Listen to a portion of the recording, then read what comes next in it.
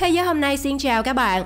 Là một trong những người hàng xóm thân cận nhất với Việt Nam, vậy nên khi nhắc đến Campuchia, điều gì xuất hiện đầu tiên trong đầu bạn? Hãy comment câu trả lời bên dưới phần bình luận nhé. Các bạn thân mến, nếu hầu hết mọi người đều yêu thích đền Angkor Wat, công trình kiến trúc cổ đồ sộ ấy quả thực khiến đất nước Campuchia trở nên nổi bật với bạn bè quốc tế.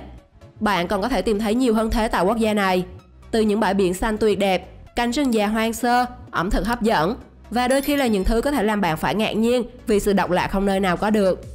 Ngoài những điều bạn đã biết, trong video này, Emin sẽ đưa các bạn khám phá thêm nhiều điều mới lạ về quốc gia láng giềng này. Qua video, thế giới sống nạn 15 điều điên rồ ở Campuchia nhé!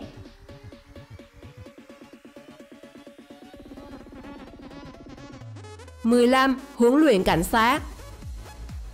Campuchia là một trong quốc gia có khóa huấn luyện cảnh sát đáng sợ nhất, có thể khiến bạn bị sốc toàn tập. Bởi khi gia nhập quân đội nước này, bạn sẽ phải trải qua quá trình tập luyện hà khắc với những bài tập về thể lực, nhằm mục đích rèn luyện sức chịu đựng.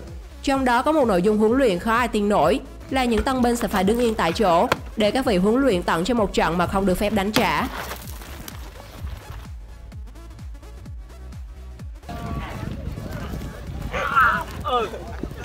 14. Dùng ô tô đi cắt cỏ bò. Là quốc gia có giá xe rẻ đến siêu rẻ. Do những chính sách ưu ái về nhập khẩu xe ô tô nên người dân Campuchia dễ dàng mua siêu xe sử dụng. Vậy nên khi hình ảnh một người nông dân Campuchia sử dụng chiếc Lexus để chở rơm rạ, cỏ cho bò ăn được đăng tải trên mạng xã hội đã làm rất nhiều người choáng vì độ chịu chi của người dân ở quốc gia này, và cũng có không ít người tỏ ra ghen tị với cuộc sống bên nước bạn. Nói thật đi, các bạn có ghen tị hay không? 13. Đạo nhạc Việt Nam.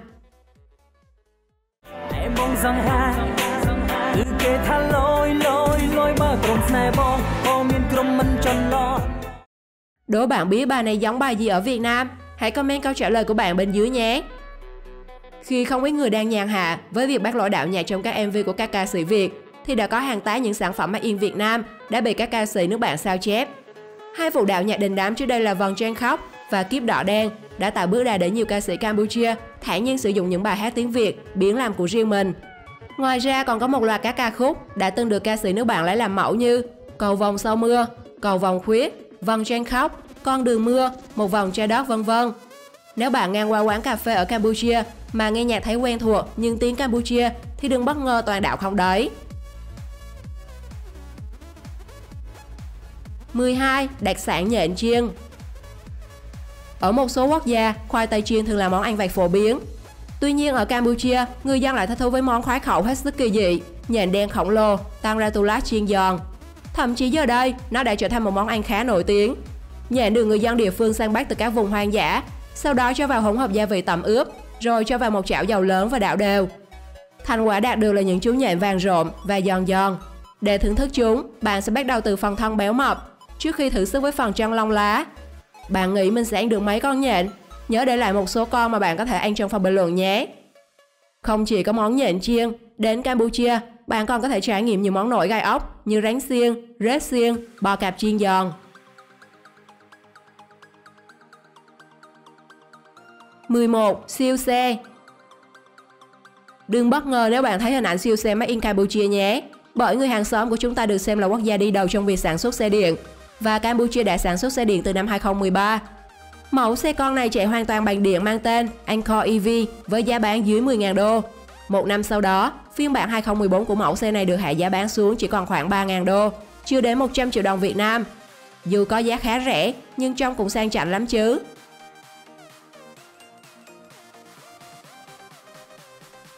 10. Súng đạn. Trong thời gian qua, chính phủ Campuchia vẫn tiếp tục thực hiện biện pháp thu hồi một số vũ khí trái phép sau chiến tranh. Nhưng ước tính vẫn còn khoảng 900.000 khẩu súng đang lưu thông ở chợ đen. Do vậy, ở Campuchia mua súng đạn rất dễ, thật bất ngờ đúng không nào? Nhiều người Việt, anh hùng giang hồ cũng đã nhiều lần bị bắt vì sang Campuchia mua súng. Thậm chí khi vào các điểm du lịch ở quốc gia này, bạn sẽ được trải nghiệm cảm giác bắn đạn thật, ném lựu đạn thật luôn nhé.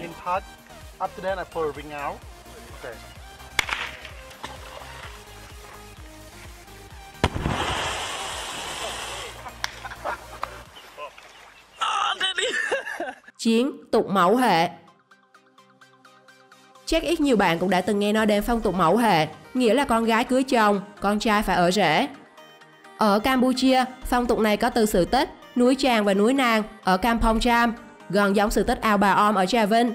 Vì con trai thua trong cuộc thi đắp núi, ở Việt Nam là đào ao, nên phải về nhà con gái ở. Tuy nói là theo chế độ mẫu hệ, nhưng trụ cột của gia đình vẫn là cánh mày râu và tiếng nói của họ cũng không thua kém gì các chị em. Nên bạn nam nào có muốn làm rể ở quốc gia này thì không còn lo sẽ bị vợ đè đầu cưỡi cổ nhé. 8. Cấm tình cảm nơi đông người. Hầu hết các nước phương Tây họ thích trong sáng, thì Campuchia cũng giống như Việt Nam chỉ thích trong tối. Nên họ xem việc thể hiện tình cảm ở công cộng là một trong những điều cấm kỵ, gây khó chịu và rất dễ khiến cho người bản địa trở nên tức giận. Thế nên nếu có muốn âu yếm, trêu đùa hay hôn người yêu, vợ hoặc chồng mình thì các bạn cố mà nhìn khi ở trên đường. Còn về nhà hay vào trong tối thì vô tư đi nhé. 7. Tiền.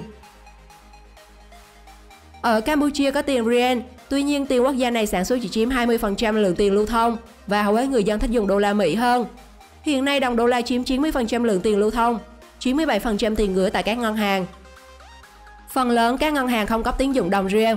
Các bạn có biết vì sao không? Đơn giản là vì tiền Campuchia bị lạm phát và con số khá lớn, 1 đô bằng 4.000 riel. Nhưng nếu so với Việt Nam thì có vẻ nó vẫn còn giá tráng, vì ở Việt Nam 1 đô có giá lên tới 23.000 đồng Việt. 6. Lèse Majesty. Ngoài tôn giáo ra thì người Campuchia luôn dành một sự tôn sùng và kính trọng vô cùng lớn đối với hoàng gia. Chính vì vậy khi đến với xứ sở này, bạn nên tránh những hành động giễu cợt, trêu đùa hay bất cứ cử chỉ nào thất kính với vua hay các thành viên hoàng tộc. Bởi nó đều sẽ đem đến phiền toái cho bạn, đặc biệt là xúc phạm nhà vua được xem là điều tối kỵ nhất. Dù chỉ cần comment mạng xã hội mà có ý xúc phạm, thì bạn cũng có thể được tặng vài tấm lịch để ngồi báo chơi xơi nước đấy.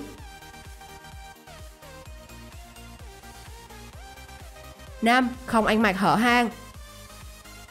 Trong khi phần đông các quốc gia trên thế giới, phụ nữ đang có xu hướng ăn mặc một ngày thiếu vải hơn để trở nên xinh đẹp và hấp dẫn, thì tại Campuchia, một dự luật cấm phụ nữ mặc váy quá ngắn đã được đưa ra và gây nhiều tranh cãi. Theo đó, cảnh sát Campuchia sẽ xử phạt những người mặc váy quá ngắn hoặc áo sơ mi trong suốt khi ra ngoài với phụ nữ và cởi trần nơi công cộng với đàn ông. Chưa hết đâu, thậm chí khi bạn ở nhà, việc ăn mặc mát mẻ cũng có thể dẫn đến phiền phức cho bạn. Vì đã từng có một người phụ nữ Campuchia bị kết án 6 tháng tù khi mặc trang phục lộ liễu để bán quần áo và mỹ phẩm trực tuyến qua Facebook. Điều mà Thủ tướng Hun Sen cho là làm dơ bẩn văn hóa Campuchia và thúc đẩy lạm dụng tình dục. Nếu điều luật này ở Việt Nam áp dụng, các bạn có ủng hộ hay không? 4. Xe túc túc. Không biết các bạn đã từng đi xe lam bao giờ chưa? Bạn nào đã đi rồi thì nhớ comment cho mình biết nhé. Không chỉ xe lam mà xe xích lô cũng là một trong những nét văn hóa độc đáo ngày xưa ở Việt Nam. Tại Campuchia, xe túc túc cũng là nét đẹp văn hóa riêng của người dân nơi đây. Xe túc túc là xe ba bánh có từ thời Pháp thuộc. Nó có thể chở hành khách hoặc hàng hóa. Giải thích vì sao nó có tên này, đó là do khi chạy, xe phát ra âm thanh đặc trưng túc túc, nên người ta lấy luôn âm thanh này làm tên gọi cho nó. 3. Những quy tắc trong giao tiếp. Campuchia là quốc gia lấy đạo Phật là quốc đạo. Do đó, từng cử chỉ giao tiếp cũng được cân nhắc thận trọng. Xách ba lô lên và du lịch Campuchia, bạn nên nhớ không sử dụng chân để chỉ vào một ai đó. Không được hướng chân về người khác, đặc biệt là tượng Phật hay ảnh của vua khi đang ngồi chéo chân. Không được chụp hình người dân hay các nhà sư mà chưa xin phép. Không được đưa bàn tay trái khi tặng quà người dân Campuchia, vì theo họ, tay trái không được sạch sẽ. Đặc biệt là không được xoa đầu trẻ em, vì người dân nơi đây quan niệm đầu là nơi linh thiêng, chỉ có thần linh và cha mẹ của chúng mới được chạm vào. Giờ các bạn đã nhớ hết chưa nào?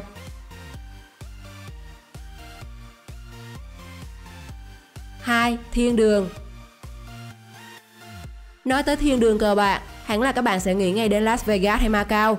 Tuy nhiên, xa tận chân trời gần ngay trước mặt, ông bạn láng giềng của chúng ta cũng là trùm về mạng cờ bạc đấy.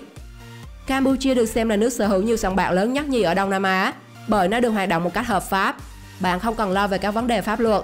Do đó, các sòng bạc tại Campuchia luôn thu hút những người dân chơi cá cược quanh khu vực, đặc biệt là Việt Nam. Vậy nên bạn đừng cảm thấy khó hiểu khi vô sòng bài toàn thấy người Việt và Trung Quốc. Thường người Trung Quốc đầu tư xây dựng và họ làm chủ sòng bạc, còn người Việt Nam thì là con bạc. Và nếu các bạn hỏi vì sao người Việt Nam lại nhiều, em Miên chỉ có thể trả lời chắc là do gần, qua lại dễ dàng thôi.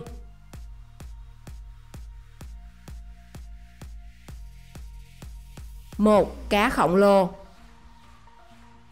Biển hồ ở Siem Reap được xem là thánh địa của các loài cá khổng lồ. Bởi không ít lần ngư dân Campuchia đã bắt được những con cá siêu to và quý hiếm, khiến ai cũng phải kinh ngạc. Điển hình vào tháng 10 2007, một người dân Campuchia đã bắt được con cá da trơn nặng 204 kg, dài 2,4 m tại sông Tonlep Sap. Năm 2015, một nhóm ngư dân Campuchia đã bắt được con cá da trơn khổng lồ, có chiều dài hơn 2 m và nặng khoảng 90 đến 114 kg. Năm 2018, ngư dân Campuchia tiếp tục bắt được một con cá tra dầu dài hơn 2 m, nặng 240 kg tại biển hồ. Sau đó đem về Đồng Tháp bán với giá 90 triệu đồng.